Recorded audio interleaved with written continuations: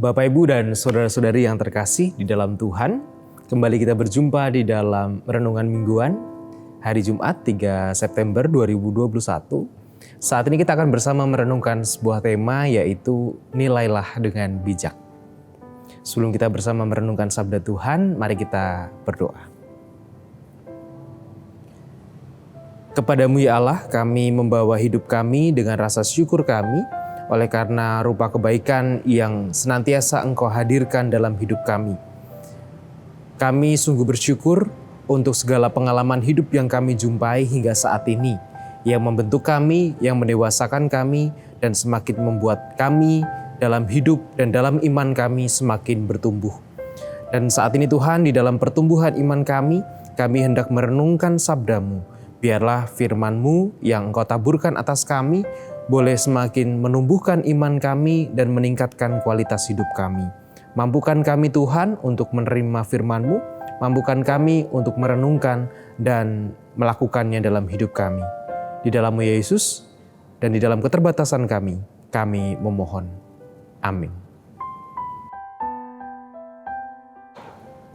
Sabda Tuhan yang akan kita renungkan bersama pada hari ini tertulis di dalam Surat Roma pasal 2 ayat 12 sampai dengan ayat 16. Surat Roma pasal 2 ayat 12 sampai dengan ayat 16. Yang demikian sabda Tuhan. Sebab semua orang yang berdosa tanpa hukum Taurat akan binasa tanpa hukum Taurat. Dan semua orang yang berdosa di bawah hukum Taurat akan dihakimi oleh hukum Taurat. Karena bukanlah orang yang mendengar hukum Taurat yang benar di hadapan Allah, tetapi orang yang melakukan hukum Tauratlah yang akan dibenarkan. Apabila bangsa-bangsa lain yang tidak memiliki hukum Taurat oleh dorongan diri sendiri melakukan apa yang dituntut hukum Taurat, maka walaupun mereka tidak memiliki hukum Taurat, mereka menjadi hukum Taurat bagi diri mereka sendiri. Sebab dengan itu mereka menunjukkan bahwa isi hukum Taurat ada tertulis di dalam hati mereka, dan suara hati mereka turut bersaksi, dan pikiran mereka saling menuduh atau saling membela. Hal itu akan nampak pada hari bila mana Allah sesuai dengan Injil yang kuberitakan akan menghakimi segala sesuatu yang tersembunyi dalam hati manusia oleh Kristus Yesus. Demikianlah pembacaan sabda Tuhan. Yang berbahagia ialah setiap mereka yang dengan setia mendengarkan, merenungkan, serta melakukan dalam kehidupan sehari-hari. Haleluya. Amin.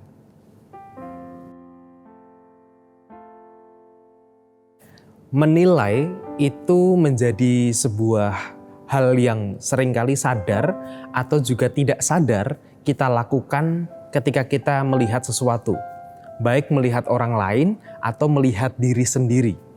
Itu kemudian seringkali kita melakukan penilaian atas sesuatu itu, begitu. Apapun itu dalam hidup kita. Mungkin panjenengan semuanya bisa merefleksikan banyak hal ketika panjenengan menilai sesuatu, baik orang lain, baik sebuah peristiwa maupun diri kita sendiri. Nah, seringkali penilaian yang kita lakukan itu sifatnya tidak bijaksana, atau seringkali penilaian yang kita lakukan itu seringkali memaksakan. Sehingga tentang sesuatu yang kita nilai atau sesuatu yang kita berikan kepada, penilaian yang kita berikan kepada sesuatu itu seringkali tidak objektif, tetapi hanya subjektif saja menurut kacamata atau cara pandang kita. Nah, penilaian yang subjektif itu, jika kemudian dalam taraf atau dalam batas tertentu, bukan memberikan berdampak pada sesuatu yang baik, tetapi seringkali justru berdampak pada sesuatu yang buruk atau menjadikan apa yang kita nilai itu menjadi semakin buruk. Contohnya adalah di dalam teks yang kita baca kali ini. Bapak, Ibu, dan saudara-saudari yang terkasih, kalau kita menyaksikan atau kita mencermati teks yang kita baca, mulai dari ayat yang pertama sampai 16, kita akan lebih jelas melihat bagaimana konflik yang terjadi di jemaat di Roma, yaitu di Roma notabene adalah jemaat yang majemuk, jemaat yang plural begitu. Ada orang Yahudi, ada orang Yunani, dan ada suku-suku yang lain yang tidak sebesar mereka gitu. Tetapi banyak kehidupan mereka itu bukan kehidupan yang tunggal, bukan komunitas yang tunggal, tetapi komunitas yang majemuk. Nah, persoalan terjadi ketika masing-masing kelompok ini menilai kelompok lain dari cara pandang mereka. Orang Yahudi menilai orang lain dari kacamata hukum Taurat, padahal kan yang menghidupi hukum Taurat kan hanya orang Yahudi saja. Orang yang lain tidak menghidupi hukum Taurat itu. Tetapi orang Yahudi memberikan penilaian kepada orang non-Yahudi dengan hukum Taurat. Tetapi sebaliknya, orang yang non-Yahudi menilai orang Yahudi itu dengan kacamata mereka. Sehingga nggak pernah ketemu tuh dialog, nggak pernah ketemu percakapan yang baik di antara mereka. Sehingga yang terjadi adalah konflik, yang terjadi adalah persoalan. Nah, Paulus mengatakan di dalam teks yang kita baca ini bahwa tentang penilaian hendaklah itu ya dilakukan secara objektif. Bukan hanya dari kacamata pandang kita atau bukan dari cara pandang kita saja. Tetapi penilaian itu juga harus kita lakukan atas dasar atau standar orang itu. Jadi bukan ketika kita menilai orang lain dengan standar kita, tetapi kita juga harus ketika memberikan penilaian kepada orang lain juga harus menggunakan standar orang itu. Sehingga yang terjadi adalah kita lebih objektif di dalam menilai. Nah, Paulus mengingatkan, jangan menghakimi orang yang dengan tradisi tanpa hukum Taurat dengan hukum Taurat. Sehingga di ayat yang ke-12 dikatakan, secara jelas Paulus mengatakan, semua orang yang hidup oleh hukum Taurat, ia akan dihakimi oleh hukum Taurat. Tetapi orang yang tidak mengenal hukum Taurat, yang tidak hidup oleh hukum Taurat, ya mereka akan diadili, dihakimi dengan cara mereka, gitu. Bukan dengan cara hukum Taurat. Nah, Bapak, Ibu, dan saudara-saudari yang terkasih dalam Tuhan, dari sini kita bisa belajar sesuatu. Yang pertama adalah, jangan pernah menilai orang lain itu dari standar yang kita punya. Gitu ya. Jangan menilai orang lain dari standar yang kita punya. Katakanlah, kalau kita seorang penyanyi, ketika kita menilai orang lain yang tidak jago nyanyi, yang bakatnya tidak nyanyi, tapi bakatnya gambar katakanlah. Kemudian kita menilai orang itu, wah suaranya itu jelek sekali. Itu harusnya bisa berkembang lagi. Ayo terus, kamu harus berjuang terus untuk bisa nyanyi hebat. Kamu harus berjuang terus supaya suaramu bisa hebat. Gitu. Ya sampai kapanpun orang yang pintar gambar dan tidak pintar nyanyi ini, dia tidak akan bisa berkembang. Karena dinilai adalah, standarnya adalah orang penyanyi. Dia harus menjadi seorang penyanyi seperti yang menilai ini. Padahal orang ini gak pintar nyanyi, tetapi dia pintar gambar. Paham ya maksudnya ya? Jadi jangan menilai sesuatu itu dari kacamata kita saja, tetapi lihatlah juga dari orang itu. Kalau orang itu senangnya gambar, ya kita nilai bagaimana ketika dia menggambar, bukan bagaimana ketika dia menyanyi. Ada kan sebuah perumpamaan yang seringkali disampaikan, yang seringkali dikutip dari Albert Einstein itu katakanlah, jangan pernah menilai seekor ikan untuk dia memanjat, jangan pernah memacu ikan untuk dia memanjat, karena sampai kapanpun ya ikan nggak akan bisa memanjat. Kalau mau menilai ikan ya ketika dia berenang, bukan ketika dia memanjat. Nah, sehingga jangan pernah kemudian menilai orang lain itu dari cara pandang kita, atau kemudian ketika anak cucu kita, atau seringkali kan kita sekarang hidup di atau sekolahnya online begitu ya. Jadi anak-anak, cucu-cucu itu sekolah di rumah. Gitu. Nah, ketika Bapak Ibu saudara-saudari mendampingi anak-anak, Bapak Ibu semuanya belajar di rumah begitu. Ketika misalnya mengerjakan soal matematika, karena dia bakatnya bukan di matematika, tapi dia bakatnya di lain. Kemudian kita mengatakan kepada anak itu, gitu aja kok nggak bisa tuh. Kamu tuh kok garap gitu aja nggak bisa tuh, garap gitu aja kok salah. Ayo kamu harus pintar matematika, kamu harus bisa mengerjakan ini, kamu harus punya nilai yang bagus di matematika. Apakah itu sesuatu yang bijak? Nampaknya tidak. Karena anak ini bukan berbakat di hitung-hitungan, tetapi dia berbakat di seni misal. Atau dia berbakat di bahasa. Oh, bahasa Inggris dia bagus, bahasa Indonesia dia bagus. Tetapi bukan di ranah matematika ini.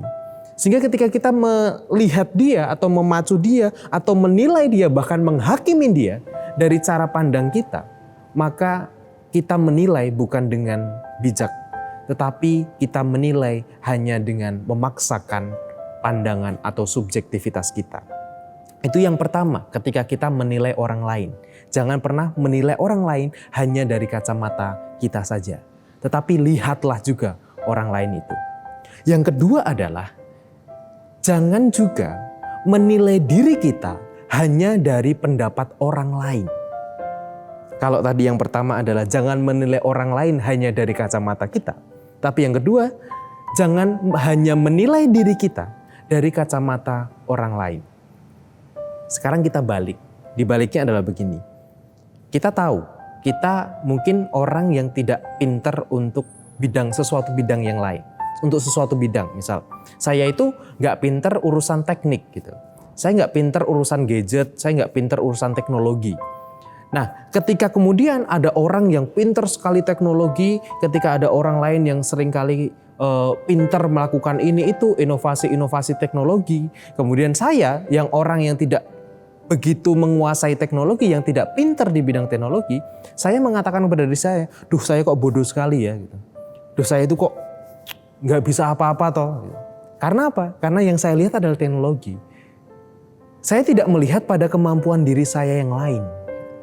Sehingga yang kedua itu adalah nilailah diri kita bukan hanya dari pendapat orang lain, bukan hanya dari referensi orang lain, tapi nilailah diri kita dari keberadaan diri kita. Kita gali apa sih yang kita punya sebenarnya. Bukan hanya dari referensi yang kita lihat. Misalnya kita melihat orang, wah orang itu kok di usia kita sama usianya sama. Tapi dia sudah lebih sukses daripada kita. Duh dia kok udah bisa beli ini, beli itu. Sedangkan saya belum bisa. Duh saya kok hidup saya gak berguna sekali. Saya belum bisa melakukan apapun. Atau ini yang seringkali disebut atau efeknya itu kalau istilahnya itu quarter life crisis gitu. Atau krisis di kuartal hidup yang pertama. Quarter life crisis gitu. Sehingga kita menjadi minder, kita menjadi tidak berguna, kita menjadi orang yang merasa tidak bisa melakukan apa-apa. Sebenarnya bukan karena salah apa-apa, tapi karena salahnya adalah kita menilai diri kita dengan pandangan atau ketika kita hanya melihat referensi orang lain dan kita menilai diri kita sendiri. Dan nampaknya itu juga bukan sebuah penilaian yang bijak. Rasul Paulus mengatakan, ketika orang hidup dalam hukum Taurat, dia akan diadili oleh hukum Taurat. Ketika dia hidup bukan dengan hukum Taurat, ya dia akan diadili dengan cara mereka. Ini memperlihatkan bahwa tadi jangan menilai orang lain dari cara pandang kita saja, tetapi lihatlah orang lain itu juga.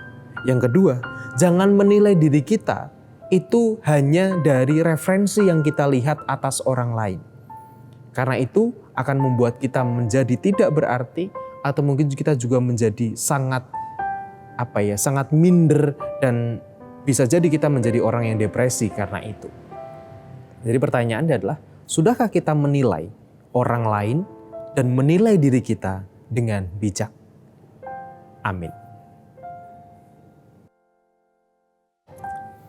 Saat ini kita akan berdoa, memasrahkan hidup kita. Juga kita berdoa bagi saudara-saudara kita yang sedang dalam proses pemulihan, sedang dalam proses penyembuhan, supaya mereka tetap diberikan semangat. Dan juga kita berdoa supaya hidup kita bisa lebih bijak di dalam menilai orang lain dan juga menilai diri kita sendiri. Mari kita berdoa. Di dalam hidup kami Tuhan, kami tidak dapat lepas dari sebuah penilaian. Namun seringkali penilaian yang kami berikan, baik kepada orang lain ataupun juga kepada diri kami, menjadi penilaian yang memaksakan, menjadi penilaian yang ngawur, bukan penilaian yang bijak yang kami berikan. Saat ini Tuhan, kami belajar satu hal yang berharga. Ketika Engkau melalui Rasul Paulus mengajarkan kepada kami, untuk kami bisa menilai orang lain dan bisa menilai diri kami dengan bijaksana. Ajar kami Tuhan untuk lebih bijak dan ajar kami untuk lebih meningkatkan kualitas hidup kami.